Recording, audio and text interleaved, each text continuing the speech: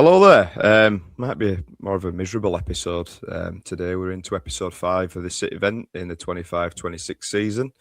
And of late, been playing well again. Went down to Wimbledon, unfortunately.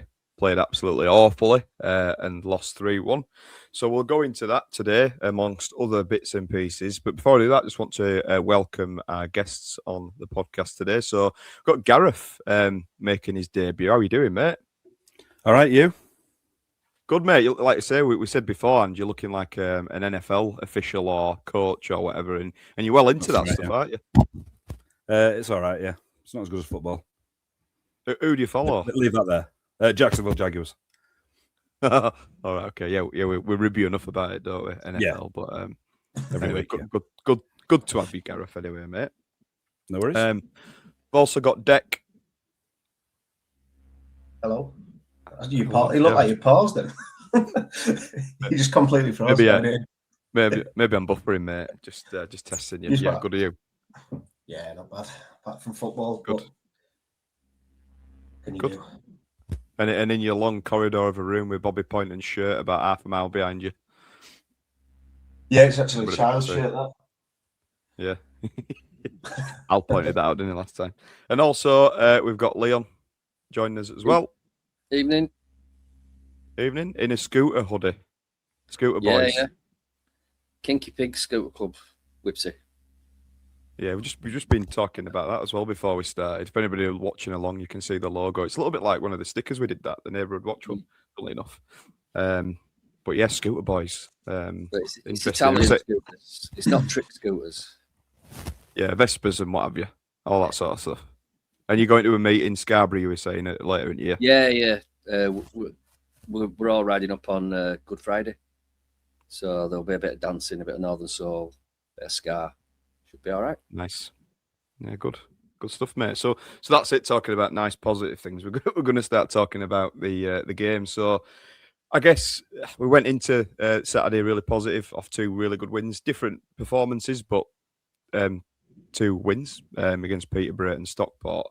Going into Wimbledon, team a little bit further down the table, thinking you've got half a chance. We have lost the last 3 away performances before that, but you'd like to think we turned a corner a little bit. We clearly didn't. Got down there and got absolutely battered, to be honest. And obviously, we'll talk about selections and rotation and stuff like that. But Gareth, I mean, I'll start with you, mate. What were your overall thoughts on the game? Awful. Pretty much all of it, apart from Humphrey's goal, obviously, which I missed because I turned it off 15 minutes before the end. I just had enough. Yeah, he took it well, to be fair. He did take it well. When you say awful, why do you think it... I mean, obviously we lost 3-1 and we were 3-0 down when you turned it off, but anything in particular that you picked up on? It's mainly, for me, it's decision-making from everybody, from Sam Walker right up to... Well, I'm saying that Mullin didn't do too badly, but he's wrestling their centre halves all the time. But apart from that, it's just decisions all the way across the team. It's just not good enough. Do you not think Mullin were a little bit isolated?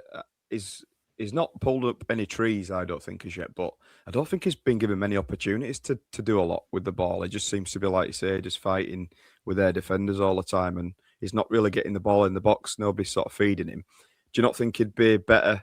And he's had some minutes at home, but do you not think tomorrow might be a good game for him if we are on the front foot? Yeah, definitely. Yeah, I think it will be a good game for him, actually. It's just, against Wimbledon, obviously they've got that big lad at the back, and he was muscling him out. Can't remember his name. The sort of bald guy.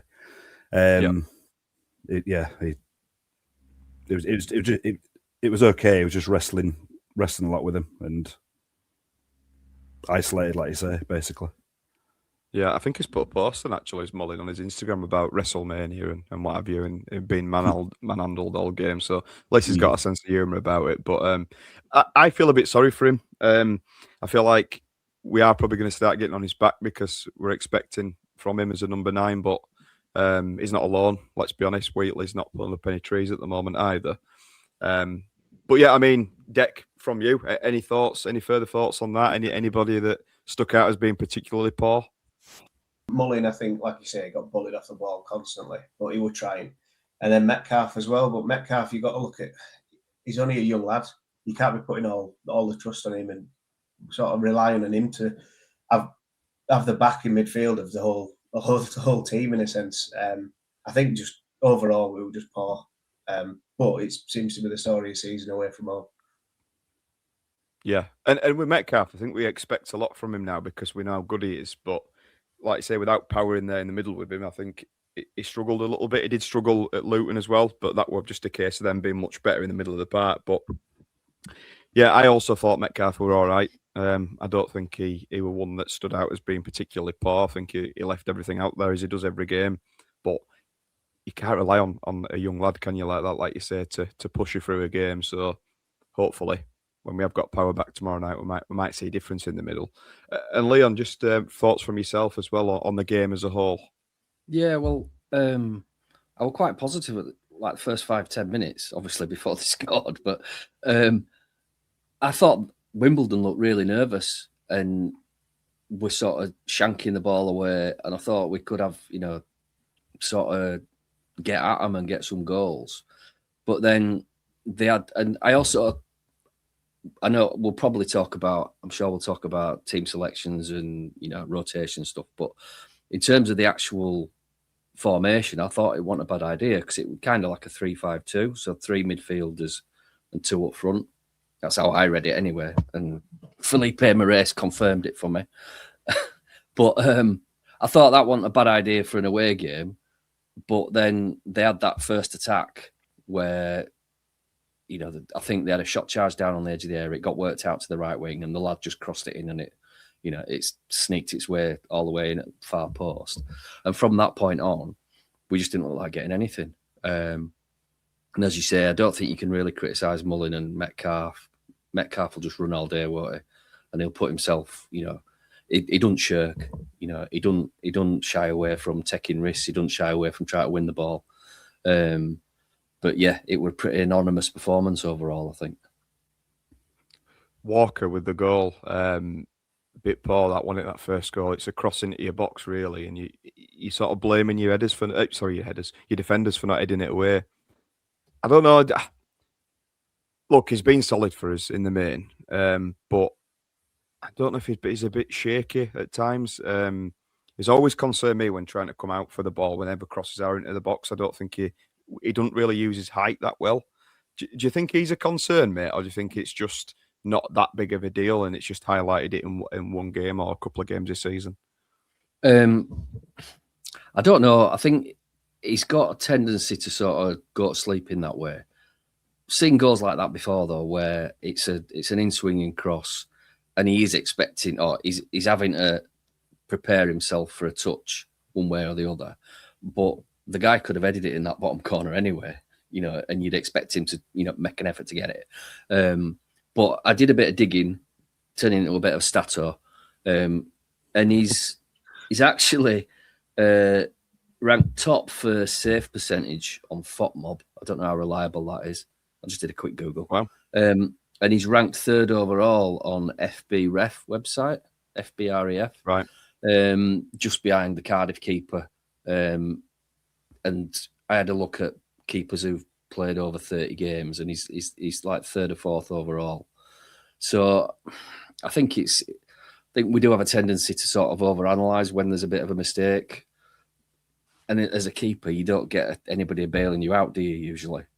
Somebody could make a comparable mistake further up the pitch, but they've still got 8 or 9 teammates who can try and fix it for them. So I think better the devil you know, to be perfectly honest. Yeah, and I guess blaming him for losing 3-1 when you've got 10 players out there is not the right thing to do based on how they performed. And we'll touch on that. So 5 changes were made. So that's half of your outfield team going into the Wimbledon game. Tyreek Rout completely out of the team. Sibley out of the cold starting, which absolutely baffled me. The team in general, I don't understand. I know that at times you've got to rotate, you've got to use your full squad over a season. Players need to rest, but just felt like the wrong time to do it. I know we've got a game Tuesday, so he's thinking he wants to keep people fit because Tuesday at the minute. It just 5 with way too many, wasn't it, Leo? I think so, yeah. And like I said, I didn't mind the formation, but then if you're changing formation and making 5 changes, then I think you're asking for trouble. And like you said, bringing people in from the cold. He brought Tommy Lee in just before he shipped him out on loan, having not been near a squad. I do sometimes wonder if Alexander's approach is, I need to win the home game that's coming up. I'll take a chance and I'll rest maybe more than I would normally do, and just see how we do. It does feel a little bit like that because, I think our home form is obviously significantly better than the away form, but it does feel a little bit like he sort of, I'm not accusing him of anything, but it feels like he throws games a little bit. And it's like, we'll concentrate our efforts and our quality on the next game. But that's a tough ask of the fans who go and watch it for a start. And I'm not sure how successful it is. Yeah, and I guess with selling away our allocations out all season and we've been fed up this drab football, it's mad. And you contrast that with the start of the season where, you're beating Cardiff away, you're beating Stockport away, to now just getting battered whenever we're on the road. It just seems really strange. And is it more of a mentality thing? I'm not sure. Any thoughts on that from you, Gareth, on that in general, like the mentality of the team and the changes that Alexander made? Yeah, personally, I think that they're always talking these cliches of taking each game as it comes. It applies to this as well, doesn't it? You have to play your best 11. You've got to. Yep. And if something crops up, somebody gets injured, that's just par for the course, isn't it? Not getting the 3 points away at Wimbledon is the same as not getting the 3 points at home at Rotherham, isn't it? It's 3 points. So you've got to do the game that's coming. You can't be thinking about the schedule. I'm sick of hearing this schedule. it's football, isn't it? We ain't got the depth either to do that, have we, Gareth? I mean, you're looking behind and some of the backup brigade, pretty much League Two level, would be probably fair to say. Sibley came in with promise. He dropped from Championship to play for us, ripped us apart a couple of seasons ago when he were at Mansfield, I believe. Awful. I'd rather have Lapsley, 100%. I mean, I'm not saying he's fantastic, but I think he'd offer a lot more. Sibley didn't look like he were asked. He didn't look like he could be asked playing. Didn't look like he wanted to be out there, to be honest. And it showed. Like he was losing out on everything. Kept running ball out. And I've seen this since he signed. So there were arguments. I think it was his first game. Do you know when he came on? Or he might have played, but he came on the left. Do you remember? Like left wing back or whatever it was.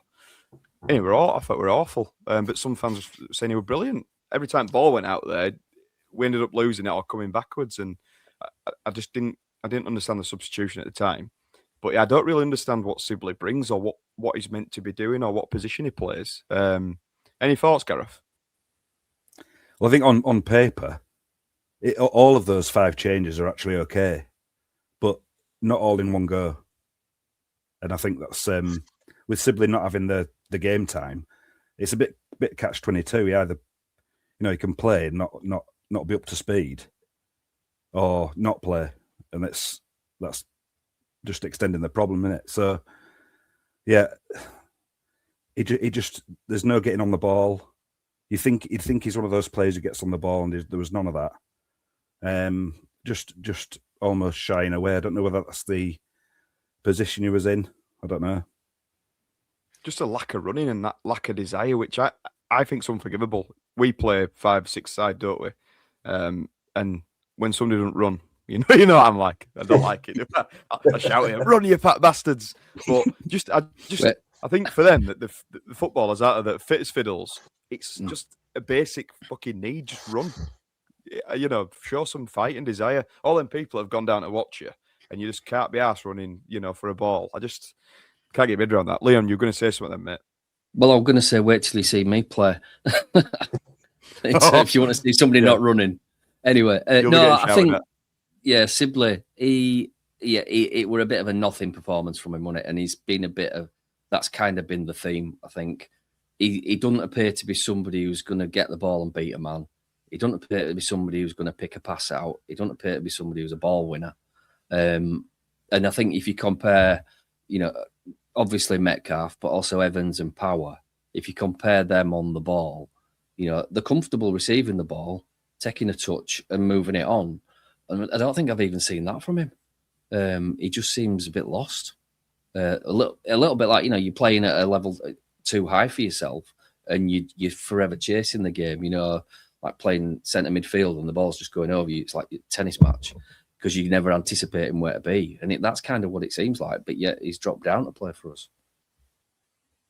Yeah, I don't get what sort of player he is. I can't get my head around it. I think maybe in League Two, like you say, with a bit more time up ball, maybe a little bit more creative and do something. But it looks like a player that's at back end of his career that's sort of ready for retirement, that's legs are going, but he's only like 28 or something. I don't think he's not that old anyway. He's got plenty of years left ahead of him, but I don't know, maybe his heart's just not in it or whatever, but hopefully we'll be proven wrong in the coming weeks and he ends up being absolutely playing blinders, but who knows? I just can't see that at the minute. Dec, what are your thoughts on Sibley? He's not done much for me yet. I think he's not. I think as well we're a bit of a victim of the way we play with players that don't quite fit in that yet. It just doesn't seem to be running as much as what we used to. He doesn't seem to be slotting in very well at all. I remember you on that first week actually when you mentioned it. I think because we were lacking a little bit on that left-hand side, although it wasn't all going right, I did think, he don't look too bad here because he's getting up there, he's running up there, he's looking all right. But since then, I've not seen anything that can back up my argument against yours, which has been a bit annoying. Just on the rotation thing, though, I think one thing for me that I noticed, the where I'd keep it the same would be the back five. Yeah, I think that's probably the only place where I'd say you can't really change anything. Maybe change it at 60 minutes when they've all had a decent run out or they've got something behind it. But when you've got a team that are winning a couple of games at home, hard games as well, and you've got 2 clean sheets, why change the back five? Like you just need to keep it the same. And on that, Baldwin, you can't take him out. He doesn't need to have a rest either, Baldwin. He really doesn't. And what he offers you offensively as well as defensively, is massive. So important to us. He needs to play. When you look at, I've talked about this and I said, does Alexander think he's got the same depth of the likes of Arsenal and what have you? Arsenal, week in, week out, they play the same 2 at the back in the middle because they are the heart of the team, pretty much. And Baldwin's that for us. Look, till he came off at half-time, I think he possibly injured, though, rather than tactical. Yeah, I think it was hamstring. You've got to have Baldwin on that pitch, haven't you, Dec? He's got to be starting every single game that without fail. As much as, you've got to rest players and keep them fit. He's fit. I just don't understand it at all. Yeah, especially with the football we're playing as well and the way we try to ping these long balls up. Baldwin's the player that is doing it week in, week out, and the 99% of the time they're hitting the target of where he's going. And when you try to get Tilt to do that, it's not his game. And then Kelly's obviously going the other way. Never quite works for him, them long balls. That's not a shade on Kelly because I think he's all right. He's not our best defender, but he's all right. But they're playing the game that suits Baldwin, and it's the long balls, and that's what they need. And I think changing that back five would, I think, probably the main problem, especially when you've got Power that's out and you're having to put Evans in there that's not really up to scratch with our game either. He's been playing a completely different team. He's come in, he's had, half an hour, maybe the first game. And then he's been straight in 2 games replacing Power, which has been one of his most consistent players. Yeah, I think, ironically, when Baldwin came on, he were pretty poor, to be fair. He seemed to come on cold, didn't he? And he just sort of lost thread at game and were in panic stations when he came on anyway. But I don't think he were on, were they, for their second goal? I think that was first half where they just sort of, the ball, throwing possibly? Or something happened. Yeah, quick throwing from memory. Yeah. And you're thinking, where at the centre half? So I don't know where Tilt was. I couldn't even picture him on the pitch at the time when that happened. We'd been attacking, haven't we? So I think Tilt and Pennington had gone forward. And I think Kelly was the furthest back. But yeah, Yeah. All the City players on the halfway line, they all fell asleep. You know, I don't think you necessarily throw that at the two centre halves who've gone up, but the wing backs and the midfielders, you know, should have been switched on there, I think. But yeah, I mean, all three goals. Sorry, I was just going to say all three goals were self-inflicted. I thought. Yeah, I totally agree. But do you know on Kelly? So you half brought him up there, Deck. He got a lot of stick on X, Twitter, whatever you want to call it. I think it was a little bit unwarranted, to be honest. I don't think he was that poor. I don't think he was the poorest out of the back three at all on Saturday. Is he our best centre half? Absolutely not. Is he our worst? You might argue he is, but actually, Pennington sticks out for me a little bit. I just think he's a bit of a panic merchant, and he's played higher up in the divisions and for much better teams and what have you. But I think he's a little bit of a weak link at the minute for me. I think Baldwin and Till are without doubt you two. Is Joe right? What's happened to him? Is he injured? Because he just seems to have disappeared completely. What's going on with that one? Do we know? I've not seen anything, but I know he's been attending games. He's been getting pictures on you in Billy's Coop or whatever they call it in the main stand. But why is he not playing, Gareth? Yeah, I don't know. Maybe it's a pace thing. He doesn't have a lot of pace, Joe Wright, does he? True. But they're saying that Pennington, I can't. It's a weird one, Pennington. It's like you say, he can look shaky, not all the time, but he can look shaky. Like I know going back to the first goal, but arguably that's 50-50 between him and Sam Walker, really. Nerfield's got his man, who the ball's aimed at. So he's got him marked. Might have marked him badly, but Pennington's on his own there. He should be heading that out.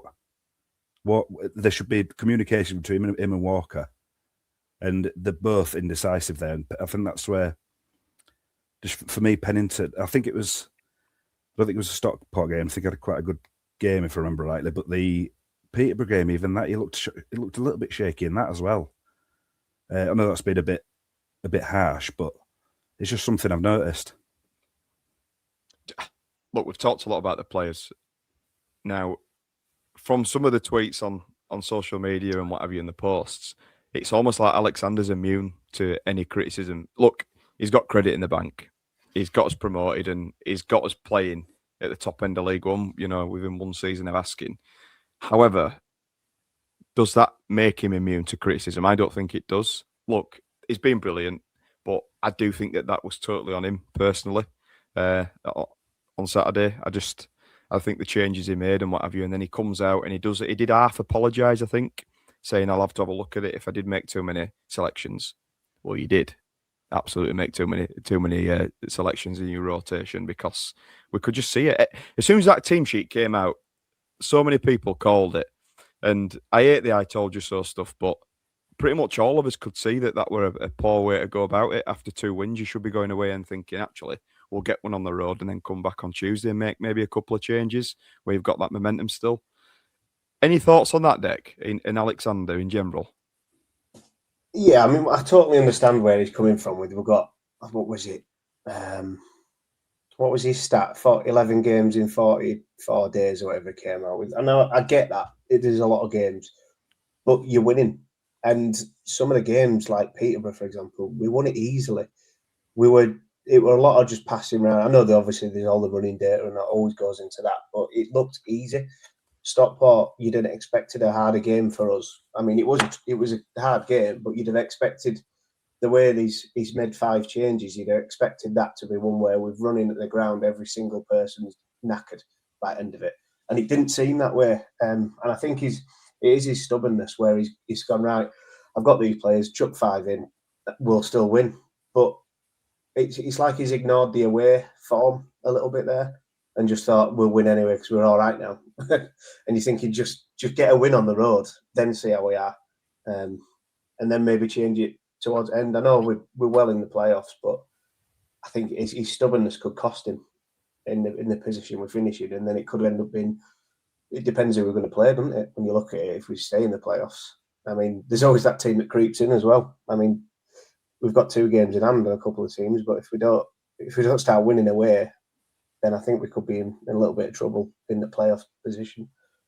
And remember, you've got to play away in the playoffs as well. So if you're banking on winning at home, you've still got to play that away like, haven't you? So one of the changes that he made, you'd probably be a little bit like, all right, fair enough. It's Sarcevic. Look, we are a better team when he's on the pitch. However, sometimes you can see that he does need that little bit of a rest. He's obviously a little bit older. Fantastic, and he plays on the edge, doesn't he? And accelerating is a big thing in what he does. That sort of quick touch and bang, as we saw with the goal against Stockport. So you can understand that. But he was apparently a very frustrated man, not to be playing on Saturday. I think the crowd sort of picked that out. I think he turned and maybe said something. Now, I actually like that. The fact that he wants to be on there and play. Look, he captained us, didn't he, as well? He's obviously one of the senior members of the squad. He wants to be out there contributing. I can understand him dropping him, but not the other players as well. That's the thing that really confused me. But why not bring him on at least for 15 minutes towards the end or whatever? Because he can change games. Leon, any thoughts on Sarcevic, mate? Yeah, I think we mentioned. Or did we mention? I can't remember if we've discussed it on here or if we discussed it, offline. But he was blowing out of his arse at the end against Stockport, and there were moments before he sort of got subbed off. You could tell he was saying, "No, don't pass to me. I'm fucked." So do you know what I mean? And that's understandable. Yeah. But I think with Sarcevic and all the sort of the key starters, I don't understand why. I mean, Alexander, I think he's the most likeable manager we've had since McCall. And I think he's, without wanting to denigrate a legend, I think he's a better football manager than McCall. And I think with McCall, when he were at City, his heart rolled his head a lot of the time. But anyway, I kind of think the evidence is the amount of wholesale changes he's had to make at half time, where he's made 2 or 3 subs. If you're making a sub at half time, that means you got it wrong. Even if it's just one player, that were the wrong selection, basically. And I don't understand why he doesn't start the best 11, even if he's going to hook them after 55, 60 minutes. Like, for example, if the data, they all wear the little sort of monitors on the back, don't they, and stuff. If the data's pointing towards Baldwin heading towards injury risk, for example, we're playing for 60 minutes and ideally get a lead and then shut up shop and take him off. Do you know what I mean? And likewise with Bobby when he's on form, with Sarcevic, start him, but bring him off early because, you find, because you're bringing him on when Bobby came on with two goals down at half time, and Baldwin as well. Why not start him and try and get a lead and then take them off and sort of solidify, because once you're losing, you've got to go and score goals. Whereas if if you manage to get yourself a lead, well, you can change the way you play, and you can sort of pack midfield and sort of just, shut up shop basically. But you can't do that if you've not had your best players on the pitch. So yeah, I think he's risk averse. I think, particularly with the injuries, but it's kind of playing roulette with the results, I think. Yeah, and look, I just want to point out that we are all absolute admirers and we love Alexander, but again, I don't think anybody wants to criticise him, but sometimes you've got to call a spade a spade. It is what it is. He's made a mistake there, and it's how he moves on to Tuesday and plays his best 11, in my opinion. Just get your best 11 on the pitch, and we move on. We're not going to start saying Alexander out and what have you, because that's not the feeling. But you've just got to call it. Some people were, though. Yeah, they absolutely were, and I'm sure they were on Facebook, but they're bloody idiots. So I guess one other change he did make was bringing Humphreys on. Again, he's that sort of player that's got that power and that he can make something happen, that little bit of magic, and he scored the goal. For anybody getting uppity about it on X, he did pick up the ball, obviously around the middle of the field, drifted across to the left, and then cut back across the goal. Anybody who's played football before at any level knows that he scored that goal from being on the left-hand side and cutting across. That is where he plays best. That's where he plays his best football and where he's done all the good things pretty much for us, barring the obviously consolation goal at Luton. Is he a little bit unfairly done to Humphreys? Because obviously he's not played, barring that. I think he missed the last two previously, the last two home games. He didn't start, and I don't think he got any minutes at Peterborough, did he, from memory?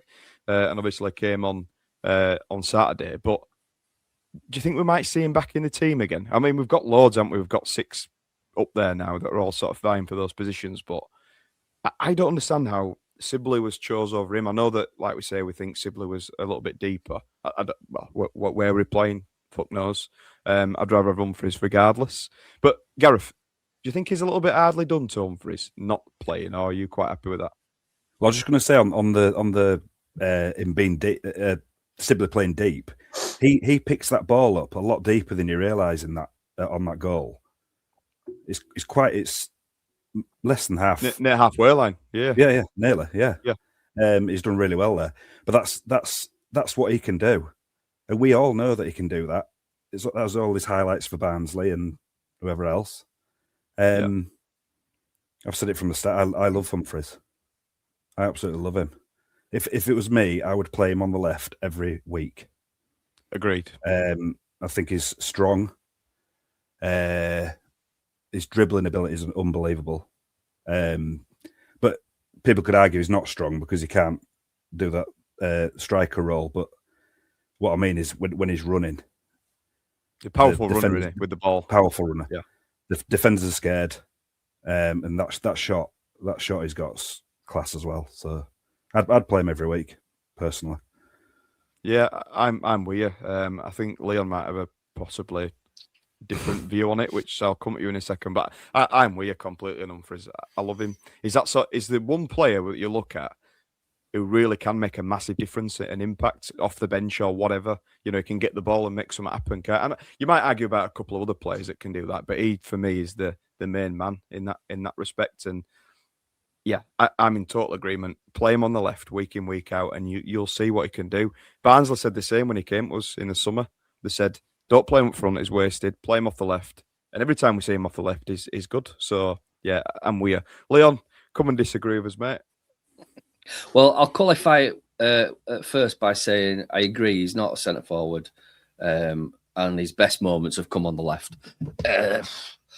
I just find him frustrating as a player. He seems to, when he's got the ball, he seems to play with his head down. I mean, I've shouted that he's an effing playground footballer from the cop. You know, like he can hear me and like he cares. But you know, I imagine he'd have been brilliant in the playground, just beating everybody for fun. He just doesn't seem to have done things at the right, you know, done his decision making in terms of like when to try and do a trick or when to shoot. And often he's queuing up his shot on the edge of the box, and like the guys in serving tea in the tea bar know that he's about to shoot because he telegraphs it so much, you know, and that's why he doesn't even get through to the goal. They get blocked by the defenders a lot of the time.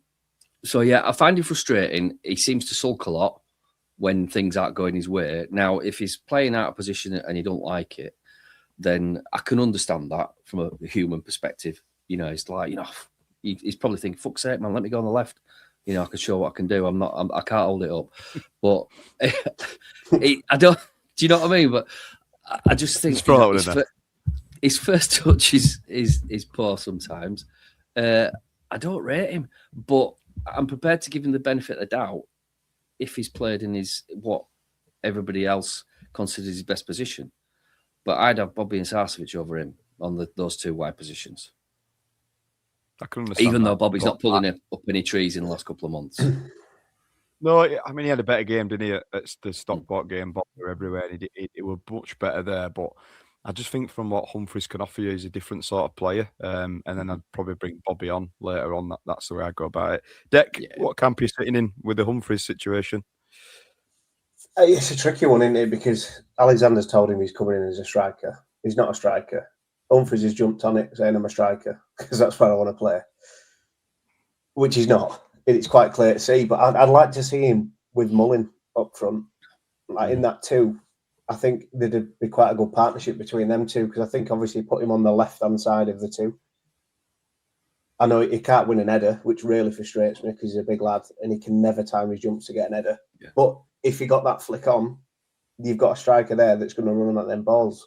I mean, we've seen it before in the past, haven't we? But I think he needs to be with two up front. I don't think he's any good on his own up front. he has got that moment of magic that it pops out. And yeah, I mean, did it not put a shot that nearly went out for a throw in Saturday? Yeah. It did go out for throwing, yeah. I'd turned it off by then. It were on like the edge of the 18-yard box. Jamie Rayner great. Said, yeah, I have to say that is 20 yards from the goal line. I still love him.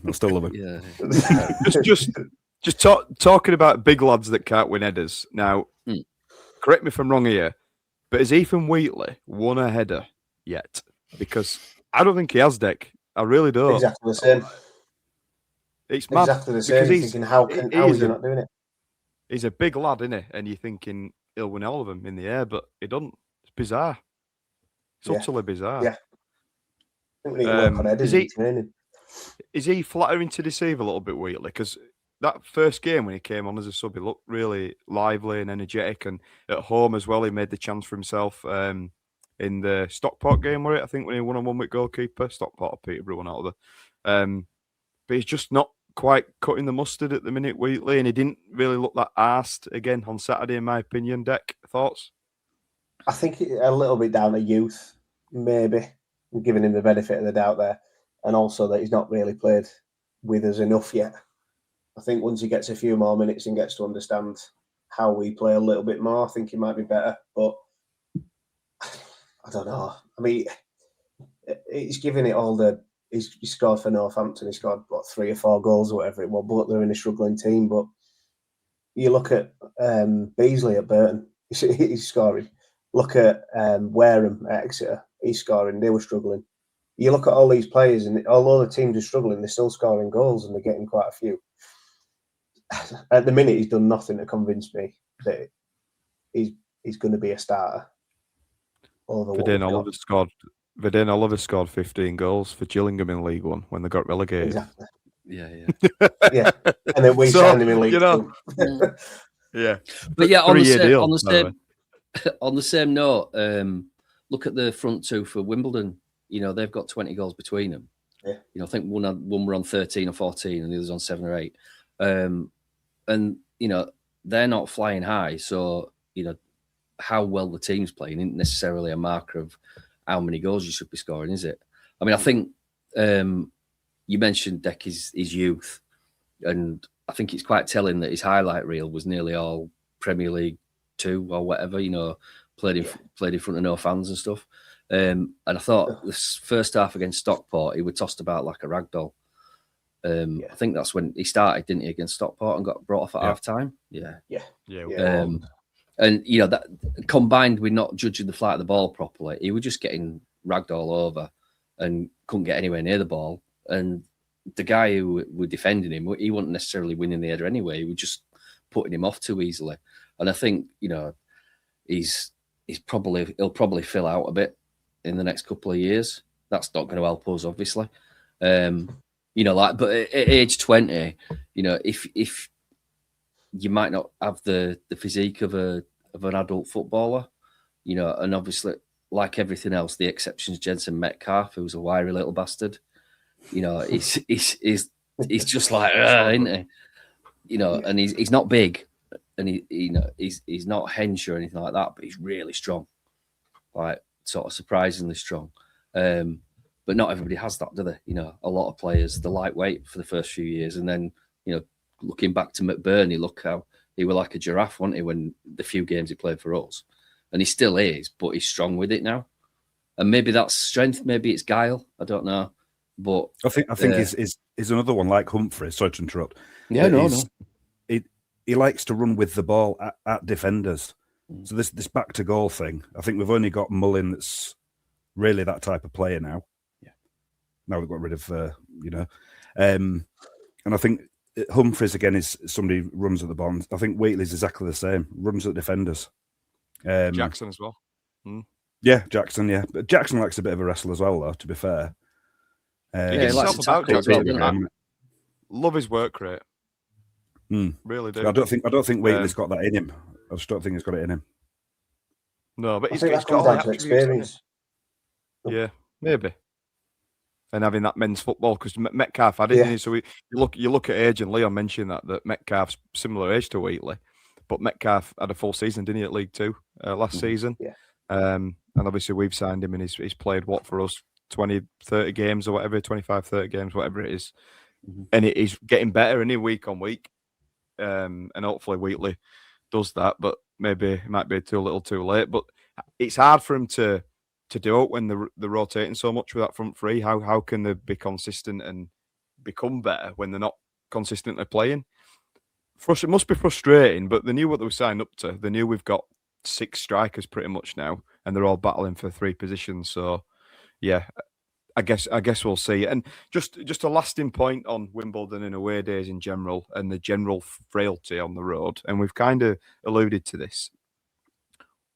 What do you think is the reason for it? Is it that they've not got the crowd behind them at home, or is it just one of those things where they just don't have confidence, or is it the tinkering with the team? Just any thoughts, guys? Well, straight away, I don't think you can blame the crowd. The amount they mentioned it on the other, what's it called? Take Me Home podcast earlier, actually. We take 5,000 to Bolton. Like, we've got the crowd there. We've still got a good following. We're loud every game we go to. Huddersfield, we were terrible, but we still generated an atmosphere between the fans. And you think I don't think you can really blame it. And Alexander mentioned it about it being a bit of a drug of the 20,000 crowds that we're getting. But before it was the complete opposite. We weren't playing at home. When we couldn't play at home in front of big crowds, it was like, oh, maybe it's a big crowd. You can't just blame the crowd, I don't think. And we support them through thick and thin. I mean, generally a lot of the time, we have a decent away following. And at home, we can be very quiet sometimes. And you think you need something to happen to get us going. But it's like, well, is it that many eyes that's on you that's making you better? Or do you not think it's, for me, the way I see it, and I've seen this for a few weeks, it feels tactical, and it feels like we're a little bit more standoffish away from home. At home, we want to stand on the throat and go for it, and we've seen that of late. But I don't think we see that. I think we're a little bit more cagey from a tactical standpoint, and we're a little bit deeper. And I guess other teams will probably be stepping up at home in front of their home fans. So you've got all that to contend with. But is it a little bit tactical, Gareth, do you think? Do you think Alexander's a little bit more cagey away from home? Yeah, well, if you look at the start of the season compared to the last sort of couple of months, look at Cardiff away. We were all over them from the start, from the get-go, right in the faces. I don't. It's a really difficult one. I don't know what it is. It's mentality. I don't know. It could come from the top. It could be Alexander, who's, well, I don't know. I don't even know what to put it down to. But we just don't get the game back scruff of the neck, or get just simple passes, get 5 passes together and stuff like that. It just doesn't happen. We just especially against Wimbledon, we didn't have Baldwin with his diagonals, did we? That seemed to sort of ping straight to Nerfil or it would be Tyreek Wright. We're just lumping it up and sort of hoping that things happen rather than making them happen like we do at home. Do you think the other part of that is, do you think teams respect us a little bit too much when we're at home as well, and maybe don't press us as much, or are a little bit cagey in the other respect? Is that partly to do with it? Again, overall thoughts from you, Leon. Like I said before, I'm not suggesting that Alexander is tactically doing anything, because you see him at the side of the pitch remonstrating pretty much the whole way throughout, saying, "Fuck, get forward, what you're doing, why we're passing it backwards," and he's so frustrated. So what are your thoughts on that, mate? Well, for a start, totally agree. When we've had these poor away performances, he's as pissed off as we are, and he communicates that. So clearly they're not following his instructions properly away from home. And, I think statistically, your home form's always going to be better than your away form, and it's statistically harder to win away. But again, I looked at the home and away tables for League One so far. We're 4th in the home table and 12th in the away, whereas you'd expect them pound for pound to be a similar position. So, for example, Cardiff and Lincoln are the top 2 in both the home and away. So one's got, I think it might be Cardiff have got the best home form, and Lincoln have got the best away or vice versa. And your away form should be comparatively similar to your home form. Even if you don't get as many points, you should still be round about the same position in that league. So it does show that the away form's a massive problem. And if we could fix that, then we'd be easily in the playoffs and possibly challenging the top two. But I don't see it changing anytime soon, because the only thing that I can think of that's different is that we go to pieces away if we concede. And Saturday was a good example. I thought that, before they scored, I thought we looked, good for the win. I thought that Wimbledon looked edgy. They were misplacing passes, shanking it out in a touch. But they got themselves a bit of possession, created a chance, came out wide. They scored what you'd have to say is a lucky goal, or a combination of circumstances in terms of like you said, Gareth, about Pennington and Walker between them. Nobody took charge, but it wasn't a good goal. They didn't tear us apart. It were a miss. It were a cross that just crept in. But then we went to pieces, and we seemed to do that away from home. We did it at Mansfield. I actually made a note: don't mention Lincoln away, because I've referred to Lincoln away every time I've been on this thing. But it was the same there. Do you know what I mean? And all those terrible away performances that we can remember, we've gone to pieces after one goal, when the start might have been pretty even, or we might have even been the better team. So, and I don't know why that would be, because, as Dex says, we've got, one of the best away supports in this division. We had the best away support in League Two. And I don't go to loads of aways, but everyone that I go to, no City fan starts the game having a go at the players. Everybody starts optimistic, behind them, to the hilt. But they do get some grief if they put in shocking performances, and maybe when there's less of us, they hear that a bit more. I don't know, especially given that the kind of people who are likely to give grief are not likely to be at the front at home games. Do you know what I mean? Whereas in a smaller way end, you're going to be closer out. You're going to be able to be, if it's a corner, they're going to be able to hear you. So I don't know what that if that puts added pressure on them, knowing that if they have a stinker, that they're going to hear City fans having a go. But I think it's important to put on record that I don't ever see City fans having a go from the outset. It's only when we get these stinker performances, really.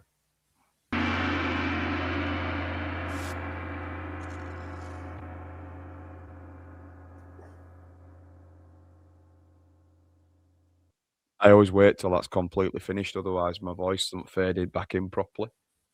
So we do the feature that everybody looks forward to week on week with these, and it's guess that player.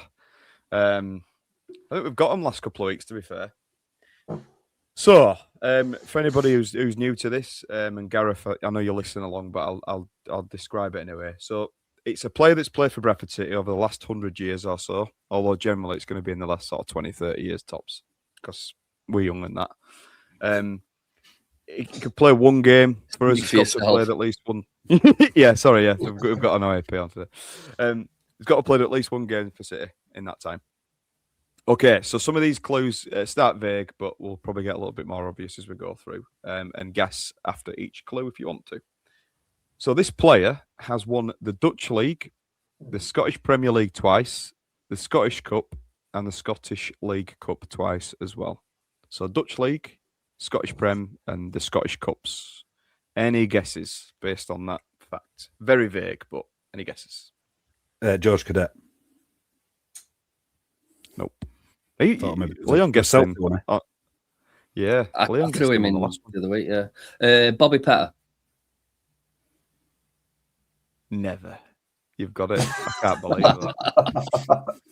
I can't believe it. How the hell have you got it off that? I don't know. He's the only Dutch player I can think of who played in Scotland. I didn't even say we're Dutch, though. I know, but you said every division, didn't you? So piss. Sorry, I've ruined it. Go on, ask some more. I'll go through the. I haven't got one yet. I'll go through the rest of the clues for anybody that were playing along, and Leon's ruined it for you. So the next clue was he's got the same initials as one of our current players, Bobby Poynter. He's Dutch, obviously. 27 games for City, 4 goals. He signed in the 05-06 season. He was previously at Darlington. That must be the season before they went bust, I'd have thought. And he left after 1 season and went to Australia. So yeah, Bobby Petter. Well, we'll move on. We'll move on quickly from that because that were a bit too easy. I can't believe you got that after that clue. That was so vague. I know. It just came. But yeah, and when I think of Bobby Petter, I think of awful Surridge kits. Yeah, I think that particular season were terrible. I mean, they were all poor, but that one were like. Which is like they've drawn it on Microsoft Word. Do you know this season we've got the pinstripes? Yeah. They did one, didn't they? But it was the opposite. Was that Surridge when it was sort of amber with claret, really thin claret stripes? Yeah, that's Surridge. I think that's my least favourite kit of all time. That one, I absolutely hate it. Luke O'Brien, it reminds me of. Steve I don't know why. Yeah, Jason Gavin. Yeah, there's always a player, isn't there, when you think of a kit? Who does it make you think of? Okay, we'll move on. Thank you, Leon, for your knowledge there. Excellent. I think you've got maybe 2 or 4 so far out of the episode, so you've done well there. So, Max Power is a player that we've not mentioned in a lot of detail, but I think we've missed him quite more so on Saturday. But he's been a big miss in the middle, and I think he'll slot straight back in, and I'll be the armband back on tomorrow night.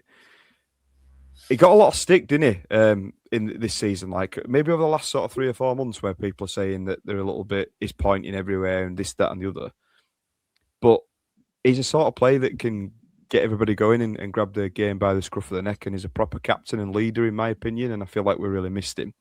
What are your thoughts on him, Gareth? Are you a big fan of Max Power? And would you say he's an upgrade on Richie Smallwood? He's definitely an upgrade, yeah. I wouldn't say I'm completely sold, but yeah, definitely an improvement. The thing is, he's got more about his game as well. He can, I think, even dribble past somebody against Peter. He did. Yeah, it was the line, wasn't it? Oh, no, Peterborough. Yeah, it was. Right. He crossed the ball in as well, yeah. So he's got more about his game as well. And I think he's a good leader for especially players like Metcalf. I think Metcalf's coming on a lot because of him under his guidance. Yeah, I think he's good. Yeah, he's good for us. I think you lack that leadership that Power brings you, and I think Evans, as much as he were a lot better at the weekend, I still think that you get more running out of Power. And when you think about that goal, the second goal that they scored on Saturday, the midfield were nowhere to be seen when the defenders had gone up for the attack or whatever. I think Power's a sort of player that would be busting a gut to get back, and we really missed that. But yeah, it'll be nice to have him back in, and I think he has been sorely missed, and hopefully he leads by example on Tuesday night when he does slot back in. So on Tuesday night's game versus Rotherham, Dec, any thoughts on how you think Alexander might line up? Do you think he'll play a similar team that we saw against Stockport? Yeah, I think he will. I think you've got to look. He's got to look at it now as the amount, not so much the stick he's getting, because he's not going to be bothered about that really. What he's going to be looking at is the difference in performance. So I think he's got to start his best 11. I don't think he's really got a choice. He's got to go within what in his head all season has been his best 11. Because if it starts translating to home as well, we could be in real big trouble. And I know we've been all right at home. We've been great at home. It's been brilliant. But if this little bit of a negative spin on away games starts creeping into these home games, that could be it. And I think he knows that, so he's going to go his best 11. And I think obviously he's rested quite a few of the players as well. I think when you look at the team and you think of the best 11, your back 5 and your middle 2, they pick themselves, don't they? You know, really, based on what we've got. But what are his best front 3? I'm asking you, Dec. Bobby, Sarcevic, and then Jackson, I'd say. And Bobby. Just because of that energy that you have up front. So your front 3's, you'd say Bobby, Sarcevic. At home, yeah, without a doubt. Okay. What? Again, I'll go around the room on this one actually because it's quite interesting. Because I see it slightly different, but I'll come in at the end on that. Gareth, what are your front three? Well, in an ideal world, I'd have the man Humphreys on the left. The man. Yeah. Caden Jackson, but I'm not sure whether that would be a striker or not, to be honest. Yeah, I'm not sure. What's your third? And you'd have Sass? Yeah, it's got to be Sass on it, yeah. Yeah, so it'll have to be, Caden Jackson up front, yeah. Sass on the right. I'm not going to come up with much different, really. I'm going with Dex. Bobby on the left. Yeah, Bobby on the left, Sass on the right, Jackson down the middle. I think with the strikers that we've got on the showings so far, I think you're more likely to get some joy with Jackson down the middle. I think he can play wide in the three. And I don't think it's necessarily his best position down the middle, but so far he's appeared to be the most effective. So yeah, I'd go with Jackson. Humphreys is an impact sub. In an ideal world for me, I would have Humphreys, Mullin, and Jackson, but it's impossible because Sarcevic needs to be on the pitch, and you can't really fit him in anywhere else. Well, you can, but he needs to be further up the pitch where he can affect it, rather than being a little bit deeper in that 8-ish position. So I'm with you on this one, Gareth. I think for me, Humphreys, Jackson through the middle, and Sarcevic off the right. I think that is our strongest front three. But I think if you ask the fan base, everybody would probably be slightly different on that. And a lot of people prefer Bobby on that left, and at home, it's very close for Bobby on the left for me. I'm not slating him or anything. He's brilliant, and he has been brilliant. Yeah, that's actual proof there, so that's fair enough. But I just think Humphrey's just, I just think you should try it. Just try it. Give it a go. Deep in, take a breath there. Next away game, give it a go. Yeah. Go on, Deck.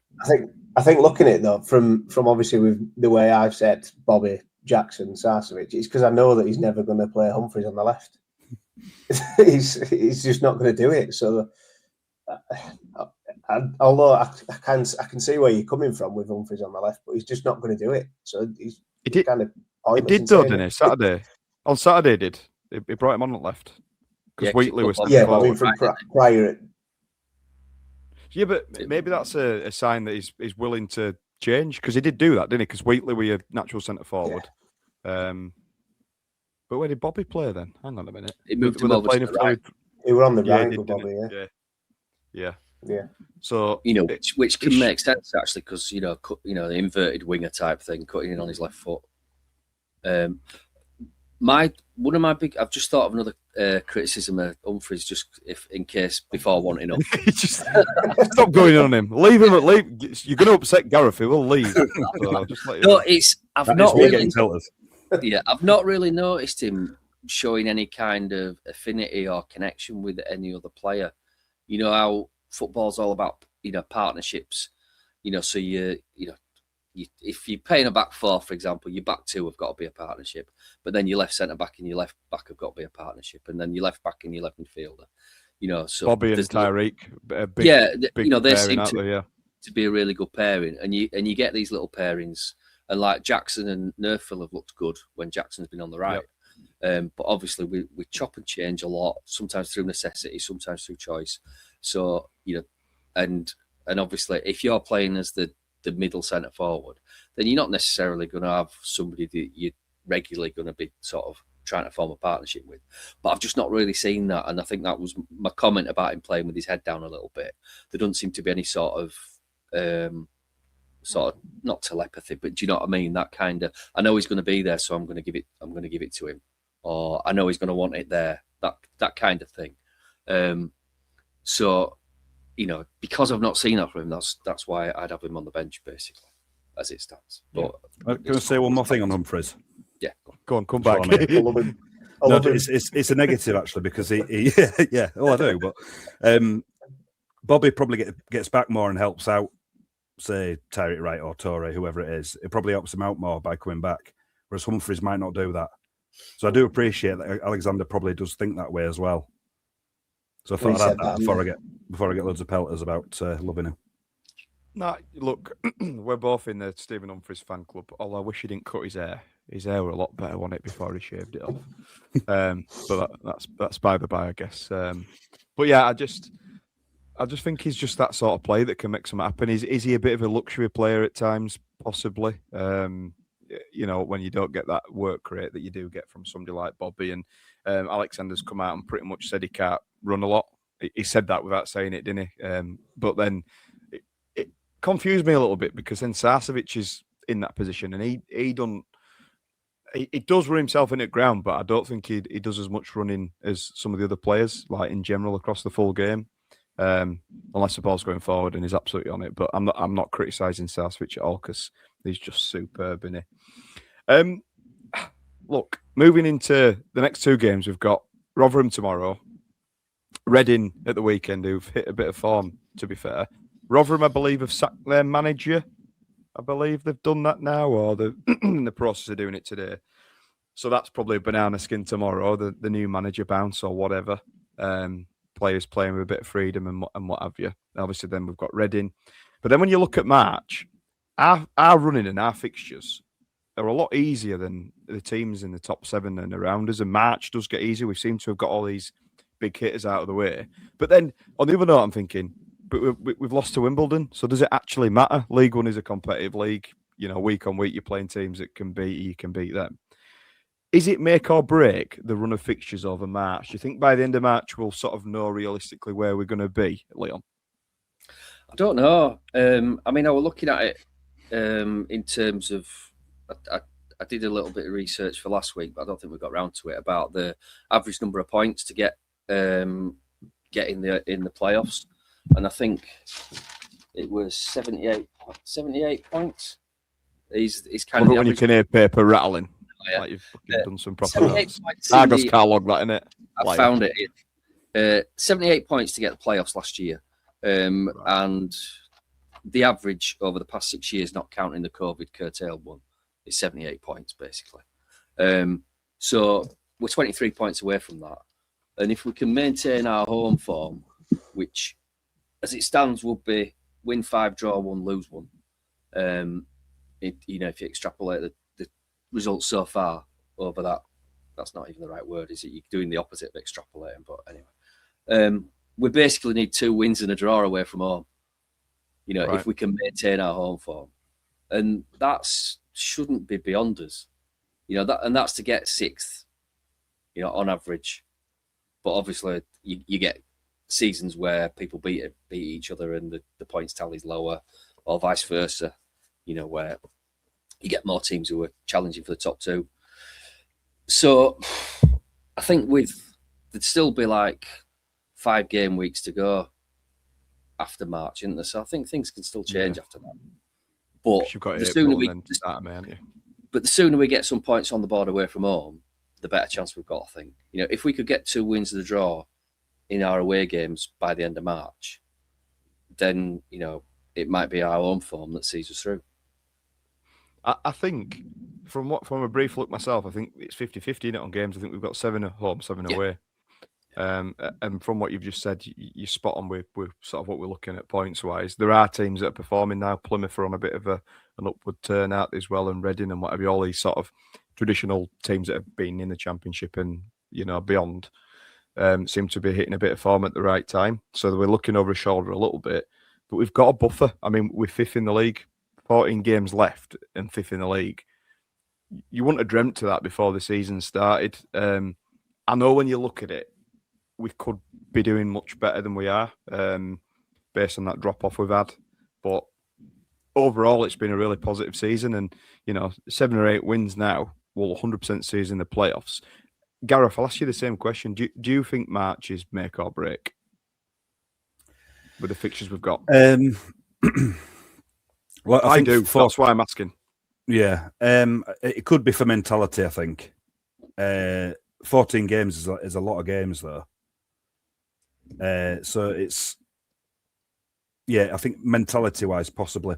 Also depends what other teams do as well around us. Obviously, the two games we've got in hand against on Bolton. I think it's Bolton, isn't it? I think they're really important. Yeah, I think probably mentality-wise, I think March is important for us. Yeah. Do you think playoffs are his ceiling now, Gareth? Do you think that's the best we can hope for based on Lincoln and Cardiff blobbed, didn't they, really, against Plymouth, but Lincoln just seemed to be sailing away into the sunset. Well, Lincoln-wise, they've got to hit a bad run of form at some point, unless they don't. And then, I mean, they do look really strong. Obviously, Cardiff showed that can happen. But again, they might respond with another win, Cardiff, so you never know. It's not out of the question to maybe sneak a second place, but I mean, we're asking a lot of ourselves based on very bad recent away form. I think if we suddenly turned it around in March, like you say, that could be the turning point. So I think I'm quite an optimistic fan in the main, which is bizarre following Bradford City, but I do. But I just think it's well beyond the stage of us getting anywhere near second or first now in the table. First, 100% not. But even with the other teams around us that are stronger than us and they've got a lot more depth and in behind, and you talk Bolton, Stockport. I know we beat Stockport, funnily enough, but I do think they're really strong. They've got Wotton, who's just scoring for fun at the minute. So I do think that the playoffs would be a very good result based on where we are now, which again, we have got a nice buffer in there. We're comfortably in the playoffs, but I just think these teams around us are getting stronger and are going to rally. And I guess when we are in those playoff places, it's going to be a struggle if we do get to them, them legs against the likes of Huddersfield. Everybody neutral would love Huddersfield and Bradford at Wembley. I mean, it would be, the dream, even from a broadcasting perspective, but I couldn't think of a worse, personally. I really wouldn't want it. They've got a great record, haven't they, as well, at Wembley, which adds to it. And losing to them there would never really end of it. And I think that'd be that. I don't think I'd be at Follow City anymore. I think it'd do that much to me. Deck, again, from you, what do you think about March and sort of the running from now on? I mean, we've got about a quarter of the season left, haven't we, roughly? Yeah, we have. I think March as well, you look at it, we've got 1, 2, 3, 4 away games and 3 home games. So that scares the life out of me, if I'm honest. And you're looking at the teams we're playing. Oriam, we lost against them. Port Vale and Wigan, we beat them both pretty much within days of each other, but they're away now, which is terrifying. Mansfield at home, they absolutely rinsed us. I know it were away, but it's a team that we didn't do well against. Burton away, that's a team that we weren't really good against again. And boring boy, yeah. Boring, but it don't fill me with massive amounts of confidence. But that's based on the away form. If you'd have asked me last Tuesday after that, not last Tuesday, on Saturday, no. Saturday against Peterborough, then Tuesday against Stockport. If you'd asked me after that, I'd have said March. Confident pretty much every game, really. But then you look at it, you're coming after a performance. It's just the performances. When they just like that, you get a bit worried. And then Plymouth as well, that last game. After what they've just done to Cardiff, you're thinking, oh, God, here we go. But, I mean, it's at home and it's a month away, pretty much. Yeah. Look, we are bipolar. I don't know, at the minute, it's tricky. I think all football fans are, though, aren't they?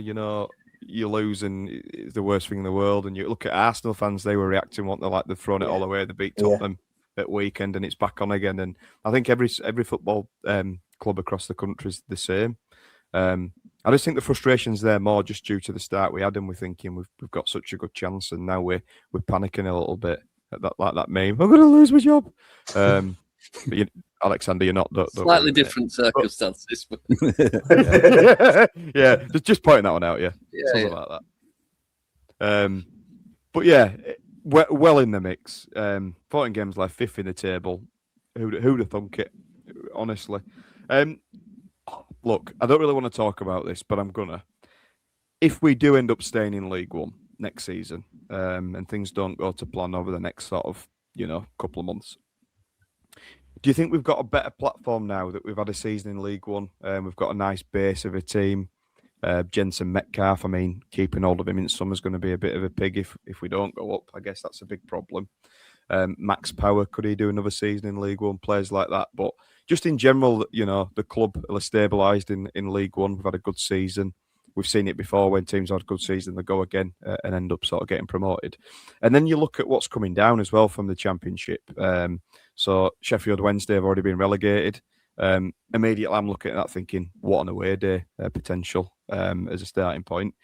Oxford as well, I think they're struggling, so they might come down. Yeah, a bit middle of the road. And then it could be either Leicester, West Brom or Blackburn looking at the table at the minute. Very strong, all of them. I actually think, though, that just based on Sheffield Wednesday and Oxford, which look like two that are going to come down, it's probably going to be a bit of a weaker division next season. You look at the top of League Two as well. I think Bromley are top, or they were last time I looked. So they're not, you know, any major shakes, really. So do you think, based on that, that it'll be a little bit, not easier, I don't want to use the word easier, but less difficult, let's say, next season at Lyon in League One if we do stay in it? It's a good point that you make in terms of who's coming down, especially. Because, I mean, I think what you tend to find, you know, clubs that are habitually top two divisions, you know, so you know, Leicester and Blackburn and what have you, most of them tend to just bounce straight back up. You know, I think in the past 20 years, Leicester, Southampton, Blackburn have all been down to the third division, and they've all got back up pretty quickly. I think it took Leeds 2 seasons, didn't it? You get the odd one like Portsmouth, who ended up going down at the bottom with us and took years to get back up. So you might have to write off, you know, the West Brom or Leicester if they came down, for example, as that's one of the, you know, the 3 spots gone. But I think you're right. I think of the rest, bearing in mind though that, you know, we're not world beaters, and you know we can't beat everybody who's in front of us this season. But we've done pretty well against the top teams generally, apart from some glaring, you know, exceptions. Yeah, I think we'll be in a stronger position than we were this season. But then there is the raised expectation a little bit. But this is where we're almost back where we want to be, aren't we? In terms of, you know, where we sort of feel the stature of the club should be, all things being equal. So, yeah, I don't think it's the end of the world if we don't go up. It's not like a crushing disappointment. It would have been last season, for example.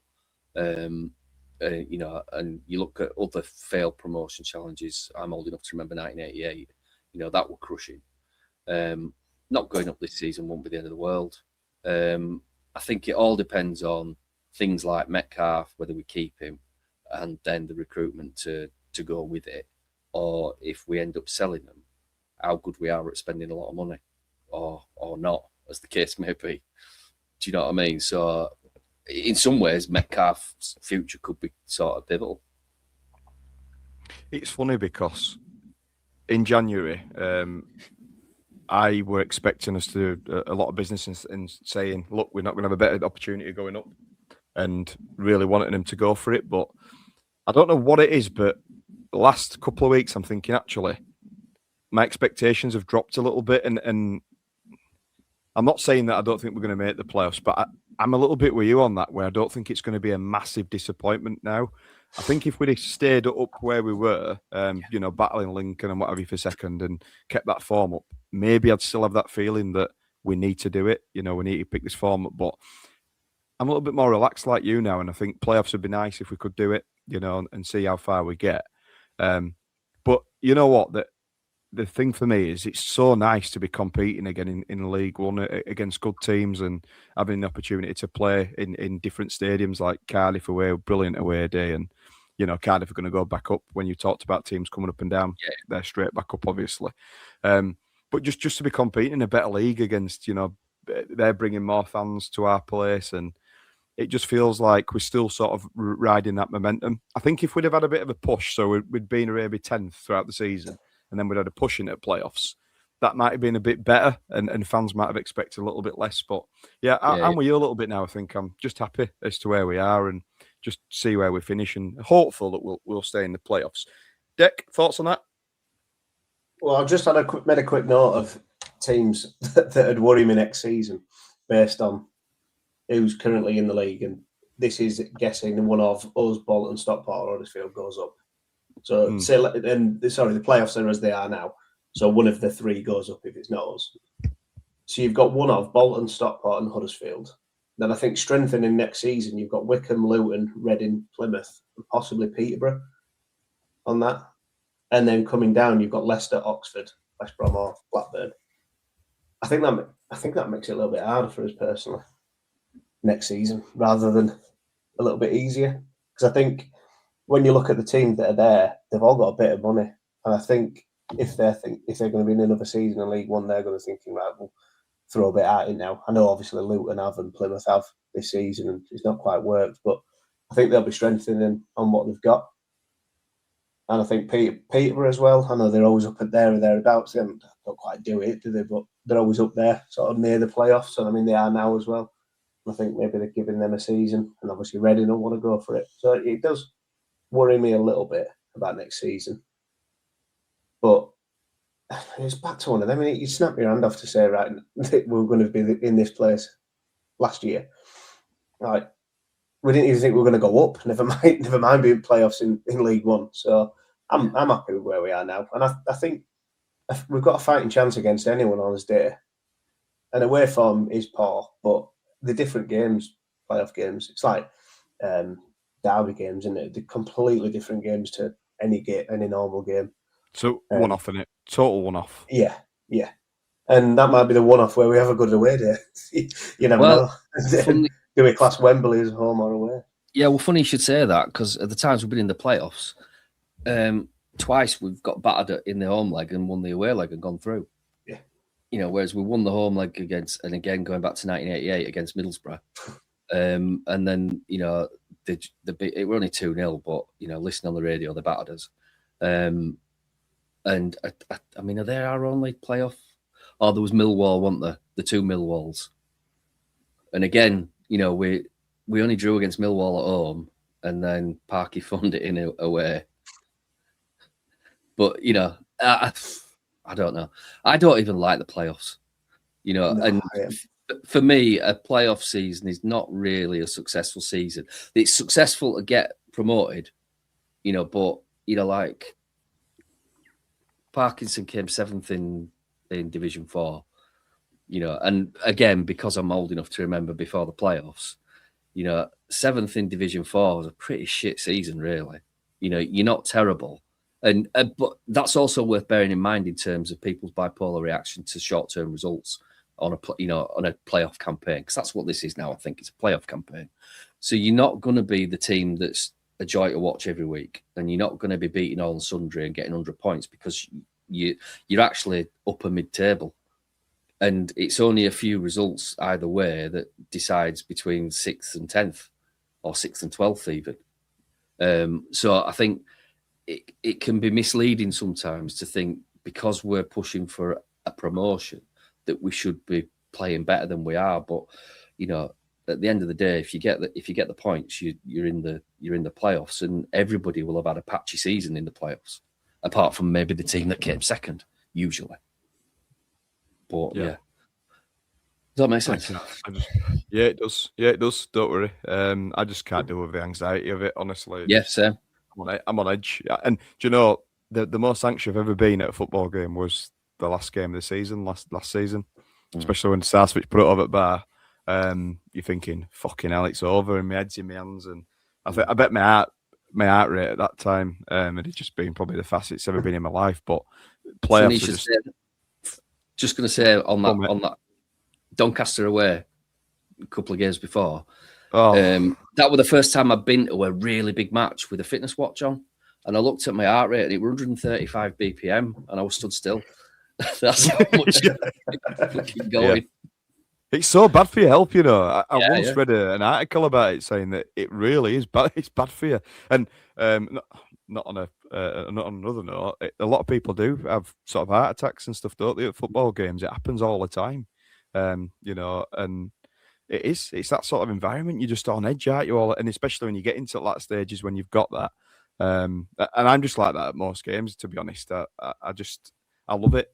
I love being enthralled in it, and it's theatre that you can't get anywhere else. And you know, I just don't think you can beat it. And when you try and explain it to people like football fans, they think you're an absolute weirdo, don't you? And an idiot. Like, you know, it's 22 men kicking a football around a bag of wind around a pitch, but the passion and the emotion that's involved in it is just mental, isn't it? It really is. And it's supporting a club like Bradford, you've got it's almost like you're part of a cult as well. You know, like you'll have mates who support bigger teams like Man United, Man City, whatever. But supporting Bradford, it feels like extra special somehow, like you're more invested because you go all the time and you know everybody pretty much of sorts that go. Just Gareth Ant sort of asked you about it. So what are your thoughts on would it be a successful season? Would you be that bothered if we didn't make the playoffs?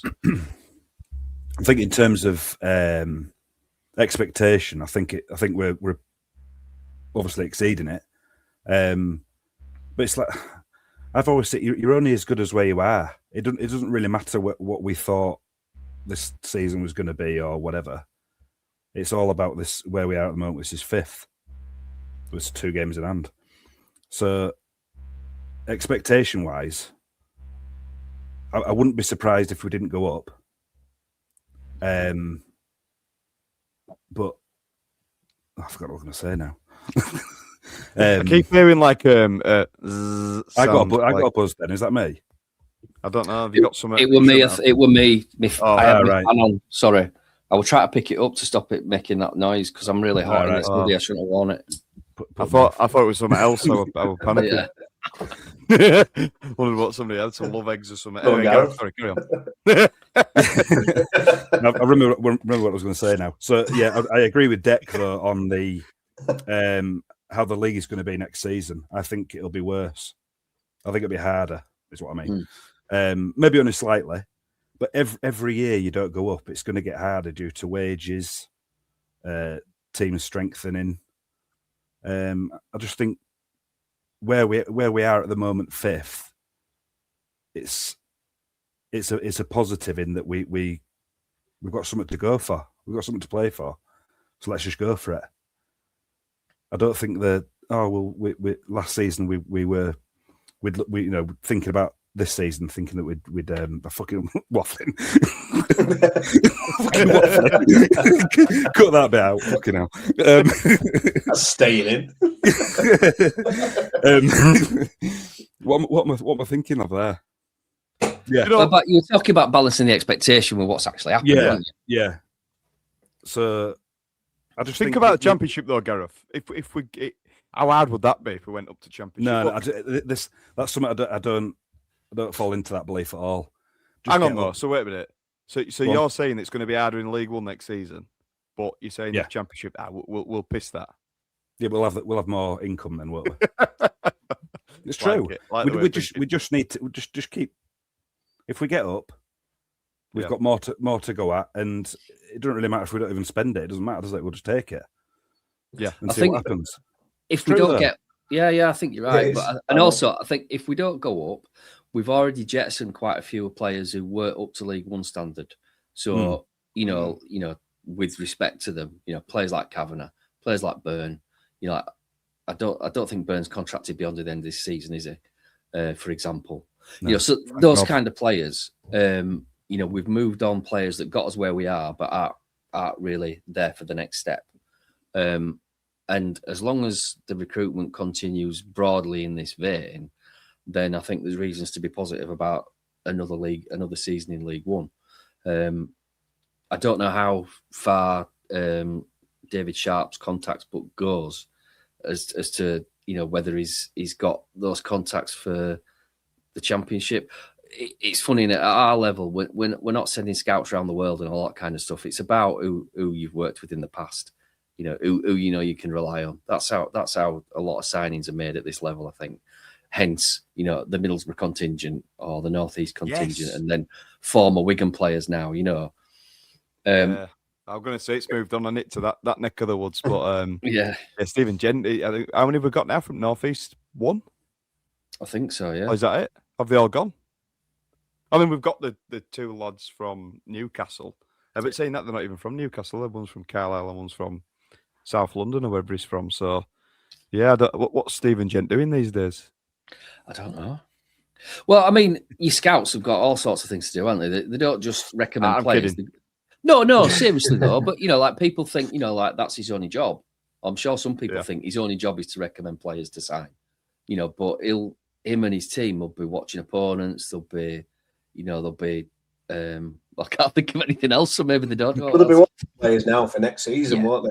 Exactly. Yeah, he said it, didn't he? Give him a profile. And... That's one thing that used to worry me about him, though. He seemed to be at a lot of our games, and it's like, why aren't you watching other games? Unless he's there to watch the opposition. Well, that's it. Yeah. There's no point your chief scout watching your matches. No, it's because he drove them all down. All players from North East. Yeah, he would driver. Mad times that though. When you look back, like they're literally all mates. That we signed Larry Chapman as well, Pato, Cook, Halliday, Gilead. Who else from up there? Callum Cook. There's just about 6 or 7 of them, and you're thinking, what is going on here? So 2 of them have left pretty much not as legendary status, but definitely close to his heart in Halliday and Cook. But rest of them, much of a much. However, I probably would have kept Pattison over Sibley if I'm really honest with you. But we did get a bit of a fee for Pato and what have you, so maybe it might work out all right. So just before we finish up, Gareth, I'm worried about you waffling again, so I'll just come to you quickly and just ask you for a prediction from tomorrow night, please, mate. I watched a bit of Rotherham, waffling. No, I watched a bit of Rotherham on Saturday before our game, and I thought they didn't look too bad before Doncaster scored their equaliser. I think it'd be tight. I think it'd be 1-0, 2-1. Their goalie rush out. Did he make a bit of a hoo-ha? Yeah, he did. Yeah, he did. Molyneux popped it in. Yeah. So they're on a bit of a low ebb, aren't they? So hopefully we'll jump on that. Leon. So 2-1. You said, didn't you, Gareth? Yeah, I think I'll go 2-1. Yeah, 2-1. Yeah, Leon. Based on absolutely nothing but gut feeling, I'm going to go 3-0 to City. Yeah, back to winning. Yeah, of course. Sorry, I didn't qualify that.